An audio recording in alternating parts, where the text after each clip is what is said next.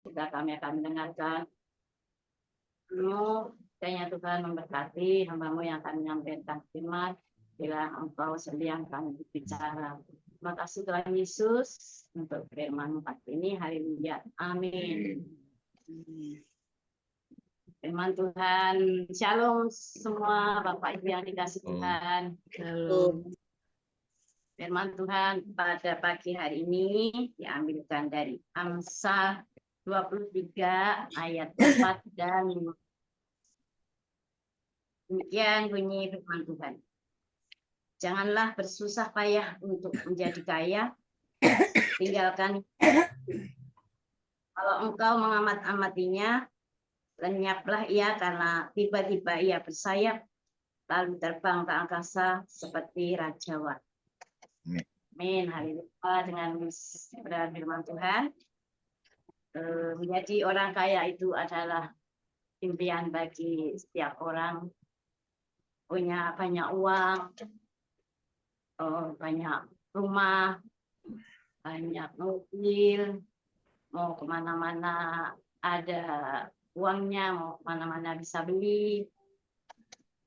Tapi firman Tuhan di ayat yang keempat, kita jangan bersusah payah menjadi kaya.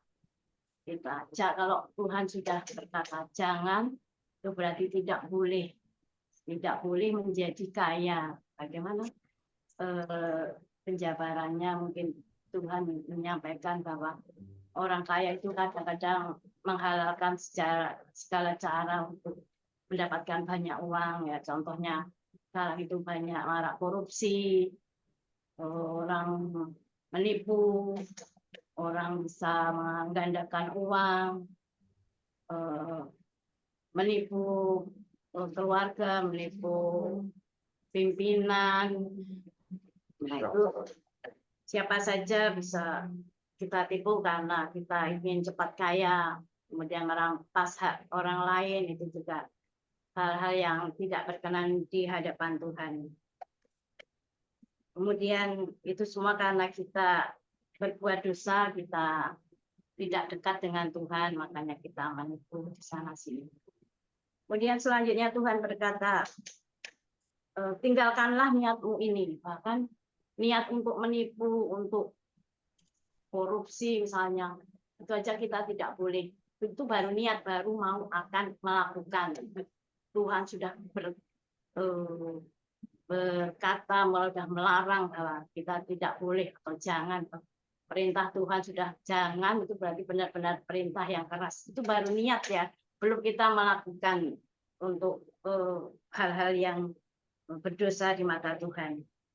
Bagaimana kalau kita susah payah, kalau orang korupsi itu ya bahwa itu banyak uang itu kan, setelah kita punya uang sedikit, kata pengen lagi tambah banyak. Kita bagaimana kita membuat uang 10.000 bisa menjadi 20.000.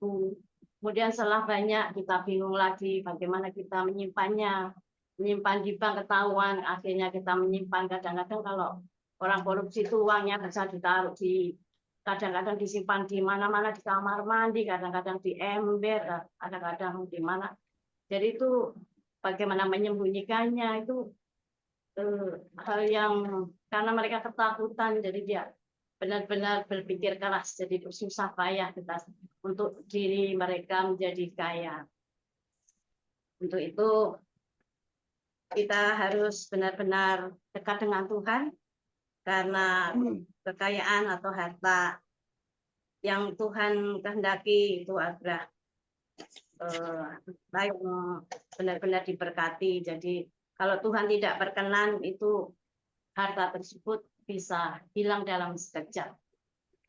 Kita banyak contoh ya, orang-orang yang sudah korupsi itu baru foto di depan jet pribadi atau istrinya bawa tas kemana-mana dengan tas-tas mahal, itu sudah langsung ditangkap KPK, langsung, kalau istilahnya sekarang itu dimiskinkan, jadi harta mereka langsung hilang dalam sekejap. Itu kita sama Tuhan di ayat 5, kita sebelum kita punya niat untuk punya uang banyak, itu kita dengan cara yang tidak benar, kita harus mengamat-amati dulu bahwa uang yang mereka peroleh dengan cara yang berbuat dosa, dengan cara yang tidak benar itu akan hilang dalam sekejap karena perbuatan-perbuatan yang sepele. Mari kita baca di dalam Ibrani 13 ayat 5. Kita buka Ibrani ayat 13 ayat 5. Firman Tuhan berkata, "Janganlah kamu menjadi hamba uang dan cukupkanlah dirimu dengan apa yang ada padamu. Karena Allah telah berfirman, aku sekali-kali tidak akan membiarkan engkau dan aku sekali-kali tidak akan meninggalkan engkau." Nah, itu jelas Tuhan, kita tidak usah bersusah payah untuk menjadi kaya dengan hal-hal yang tidak benar. Tapi Tuhan berfirman, Tuhan menjanjikan bahwa Tuhan pasti akan mencukupkan segala sesuatunya. Kita yakin dan percaya Tuhan akan bersama-sama dengan kita. Bahkan kalau Tuhan sudah berfirman, Tuhan sudah berjanji akan mencukupkan, itu pasti cukup dan pasti ada sisanya. Kalau istilahnya Tuhan pasti memberkati dengan lebih dari cukup. Apa yang kita butuhkan cukup, malah ada lebihnya. Jadi mari kita mengumpulkan kekayaan, mengumpulkan harta dengan cara yang benar. Kekayaan yang diberkati Tuhan, kekayaan yang kita peroleh karena campur tangan Allah. Mari kita mencari Tuhan senantiasa dan kita merendahkan hati kita di hadapannya.